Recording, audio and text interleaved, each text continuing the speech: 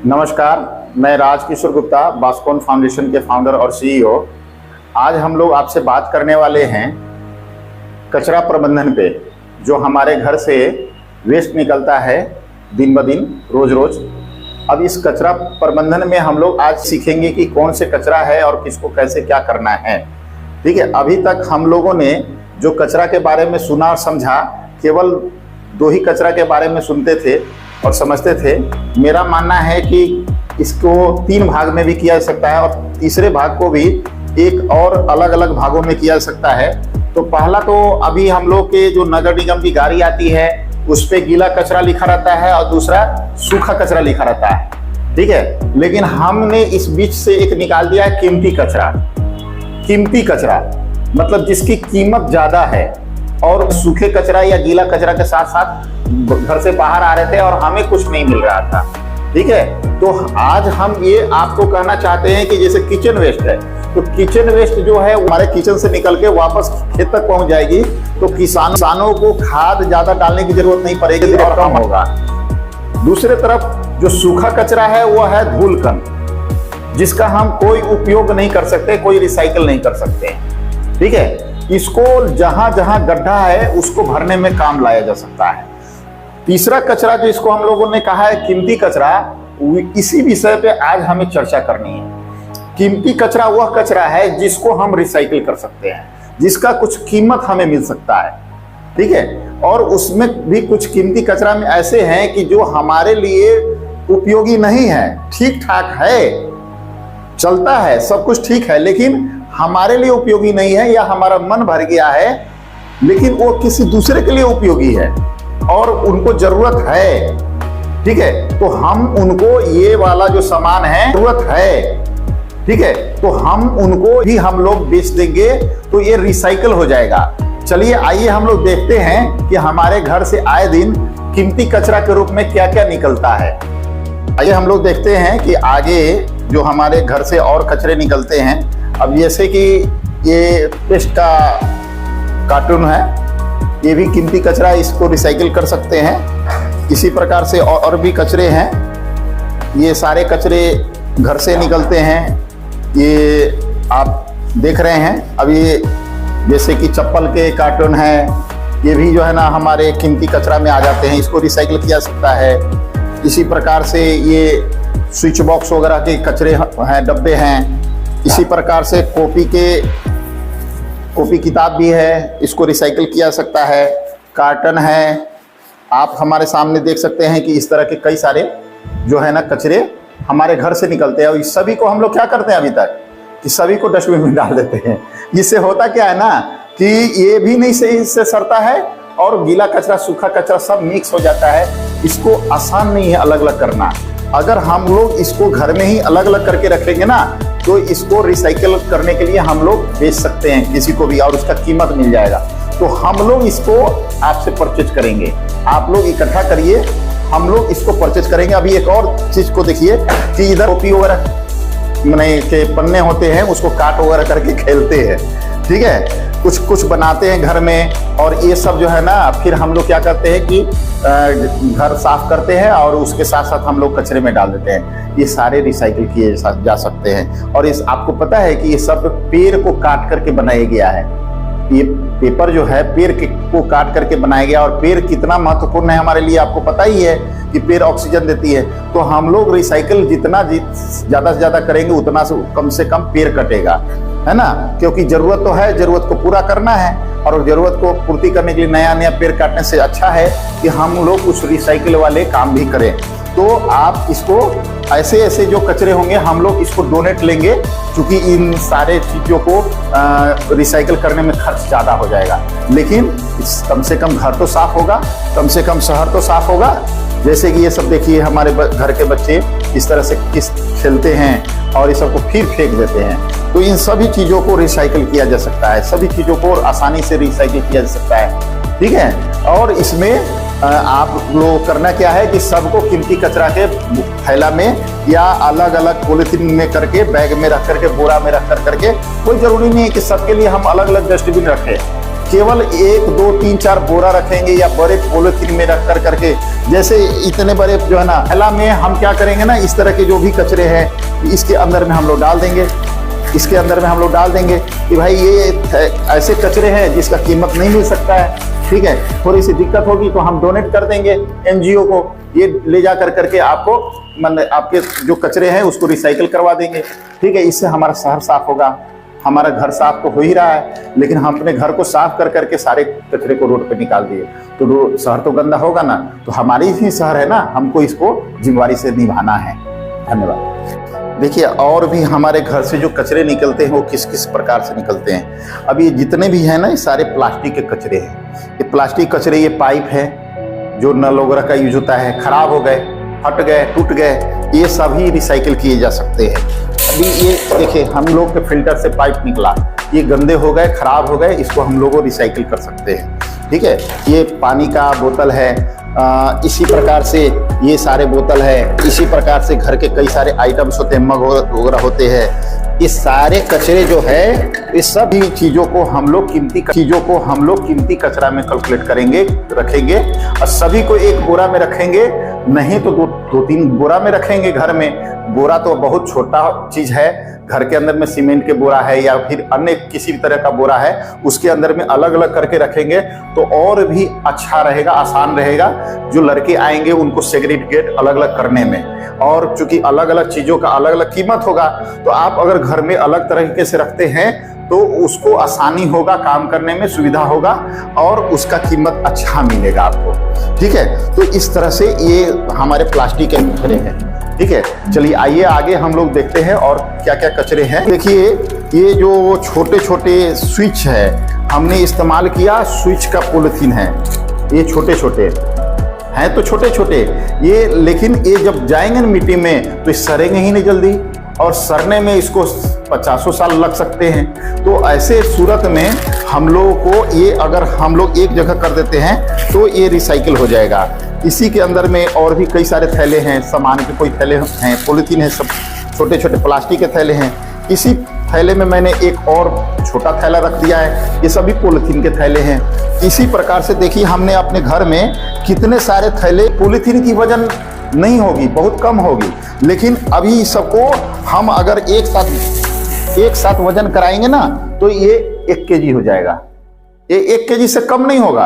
अब सोचिए कि इसकी कीमत मिल सकती है एक पॉलीथीन को। अब देखिए, इस तरह से रखने से हमको कितना आसानी होगा, किसी को देना लेना और किसी को रिसाइकिल करने के लिए कितना आसान होगा एक जगह करना। लेकिन अभी हम लोग क्या करते हैं, सारे पॉलीथीन को क्या करते हैं, डस्टबिन में डाल देते हैं। अब ये सब चीज मिल कर करके न तो वो सड़ता है न गलता है, और इससे बदबू पैदा होता है। जो रिसाइकिल करना भी चाहता है, जो स्टाफ होता है वो नहीं कर पाता है, बदबू इतनी आती है कि वो लोग छोड़ करके भाग जाते हैं। तो हमें ही सोचना पड़ेगा कि अपने घर में ही इसको अलग अलग कर दें तो इसकी अच्छी कीमत मिल जाएगी। और हम लोग डस्टबिन में डालते तो कोई कीमत नहीं मिलता है, ठीक है। तो आगे हम लोग और देखते हैं कि क्या क्या और घर से कचरे निकलते हैं। तो चलते हैं आगे। Electronic waste. इलेक्ट्रॉनिक वेस्ट मतलब कि घर के अन्य उपकरण जो इलेक्ट्रॉनिक से चलते हैं, और हम लोग को कई सारे चीजें ऐसे घर में लाते हैं और धीरे धीरे वो खराब हो जाती है, अब उपयोग के लायक रहता नहीं है। तो ये सारे इलेक्ट्रॉनिक वेस्ट जितने हैं, इसके अंदर में भी कई सारे प्रोडक्ट्स होते हैं, और ये सारे प्रोडक्ट्स जो है ना काम के हमारे, अब तो सामान ही खराब हो गई तो इसके अंदर में कौन सा सामान है नहीं है, ये हमारे काम का तो नहीं है, लेकिन रिसाइकिल में चला जाएगा तो इसको अलग अलग पार्ट का अलग अलग रिसाइकिल, लोहा है तो लोहा में चला जाएगा, प्लास्टिक है तो प्लास्टिक में चला जाएगा। लेकिन आपको वजन तो एक ही बार में मिलेगा और कीमत भी एक ही मिलेगा, लेकिन ये हमारे घर में बेकार पड़ा हुआ है, इससे वास्तु दोष भी लगता है, ठीक है। तो हमें घर से जितने भी इलेक्ट्रॉनिक वेस्ट है या कोई भी वेस्ट है घर में नहीं रखना चाहिए, और उसको धीरे धीरे साफ कर देना चाहिए, बाहर निकालना चाहिए, और ये जाएगा तो अपने जगह पे रिसाइकिल हो जाएगा। देखिए, हमारे पास एक नहीं, अभी एक और प्रिंटर है, ये भी प्रिंटर को देखिए, ये हमारे काम का नहीं है, खराब हो गया, टूट फूट गया, ठीक है, तो ये भी रिसाइकिल हो सकता है। हमारे पास एक और है, ये म्यूजिक सिस्टम था, कभी बजता था, लेकिन अब ये खराब हो गया, तो हम क्या करेंगे, इसको रिसाइकिल में दे दें, ये रिसाइकिल हो जाएगा, ठीक है। तो इससे कुछ कीमत आ जाएगा और रिसाइकिल वाले अपना रिसाइकिल का काम करेंगे, ठीक है। हमारा घर भी साफ, शहर भी साफ, तो इस प्रकार से हम लोग देखते हैं कि और अगला कचरा कैसे है, उसको क्या करना है। तो आगे हम लोग देखते हैं कि ये पूजा पाठ का कचरा मतलब 2-3 महीने पहले हमारे घर में पूजा हुआ था। हमने क्या सोचा कि हम जब कभी गंगा किनारे जाएंगे तो गंगा किनारे डाल देंगे, क्योंकि जिस तरह से आपकी आस्था है ना गंगा मैया में, उसी तरह हमारी आस्था है। लेकिन हमने ये सोचा कि गंगा मैया में डाल देंगे तो गंगा मैया दूषित हो जाएगी, खराब हो जाएगी। तो हमने इसको ये सोचते रहा कि हम जब कभी जाएंगे तो किनारे में डाल देंगे। लेकिन फिर कभी सोचा कि किनारे में अगर डाल देते हैं तो बारिश वगैरह होगी, बाढ़ आएगी और ये फिर पानी में चली जाएगी, तो इससे तो फायदा ही नहीं हुआ और घाटा ही हो गया। तो अभी हम लोगों ने क्या किया है कि जितने भी घर के पूजा पाठ के जो अवशेष हैं उन सब को रिसाइकिल करने का अलग प्रक्रिया धार्मिक रीति रिवाज से हम लोगों ने सोचा है। जैसे कि अगर कोई फूल वगैरह है घर में जो सड़ने गलने वाला है तो उसको सुखा करके हम लोग पॉलिथीन में डाल देंगे और आप लोग हमें दे देंगे। हम लोग उसको रिसाइकिल के लिए अलग उसका कुछ बना करके फूल वगैरह का हम लोग सोचे हैं, अगरबत्ती वगैरह बना करके माने जो बेरोजगार लोग हैं उनको हम लोग इस काम में लगा देंगे। अब इसी तरह से पूजा पाठ हुआ तो घर में और भी चीज निकला। अब ये पॉलीथीन खुल गया, सॉरी, चलिए इसको तोड़ते हैं और देखते हैं। देखिए इसके अंदर में और भी कई सारे चीज निकल के आ गए। अब ये सारे चीज जो है हमारा, अगर हम इस सब चीजों को गंगा मैया में डालेंगे तो किस तरह की परेशानी हो जाएगी आप सोच ही रहे हैं। और आस्था है हमारी, हम लोग सनातन परंपरा के लोग हैं, तो हम लोग इसको चाहते हैं कि सही जगह पे जाए और माने खराब ही ना लगे, गंदा जगह पे ना जाए, क्योंकि पूजा पाठ से जुड़ा हुआ चीज है। तो इसलिए इन सभी चीजों को हम लोगों को आप दे देंगे तो हम लोग इसको अलग अलग तरीके से ये कर देंगे। देखिए ये आम का पौधा माने पत्ते का है, कई सारे दूब वगैरह है, तो ये सभी चीजें जो है ना हमने अलग रखा। अब 2-3 महीने से हम भी सोच रहे हैं कि जाएंगे जाएंगे जाएंगे, अब ये सब तो खराब भी हो रहा है, सूख भी रहा है। तो हम लोग ये प्रयास कर रहे हैं कि हफ्ते में, महीने में कम से कम हर एक घर से जो है ना पूजा पाठ का जो है सामान हम लोग ले लें और उसको धार्मिक रीति रिवाज से बढ़िया से उसको डिस्पोज कर दे। जो रिसाइकिल होने वाला रिसाइकिल करवा दे और जो सड़ने गलने वाला है उसको मिट्टी के अंदर दबा दे, ठीक है। और गंगा मैया के पास ही दबाई जाए, गंगा जल वगैरह छीट छाट करके जो भी है, और धार्मिक रीति रिवाज से हम लोग ये काम करेंगे। तो ये तो हो गई कि पूजा पाठ के अवशेष हो गई। आगे भी एक दो कचरा है, उसके बारे में देखते हैं। देखिए हमारे घर से एक और कचरा निकलता है जिसको हम लोग बेचते तो हैं ही। ये जैसे कि आज के डेट में इसको कहते हैं कार्टून।